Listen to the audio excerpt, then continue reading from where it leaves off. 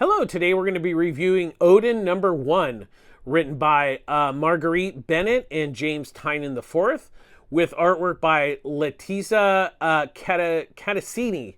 I apologize if I pronounce that wrong. So the story here is Adela will do anything for the perfect story, including going undercover with neo-Nazi punks, heading to a frozen forest of Norway, under the belief that they can summon Odin and achieve the promise of white destiny. But what awaits them is far older and stranger than any of them can comprehend. So this is really, it's definitely a horror story first and foremost.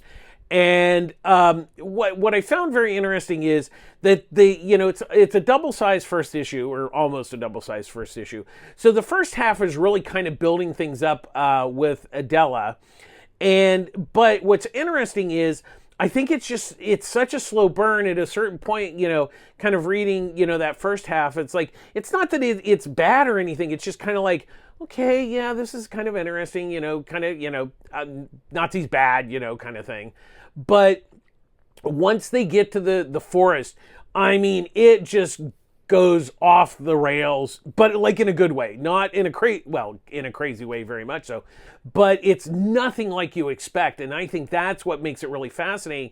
And then obviously after seeing that in the aftermath of the incident, which I will not spoil here, then you really understand what Bennett and Tynion were doing in that setup in the first half, and you're like, oh, okay, now I get it. Because sometimes that is, when you're reading something, you're not quite getting it at a certain point. You're like, okay, this is nice and everything, and then it's just like, bam, and then you like look back on that, and you're just like, oh, yeah, now I get it. And I think this does that really well, and it really definitely gets you excited for like, what's going to happen going forward.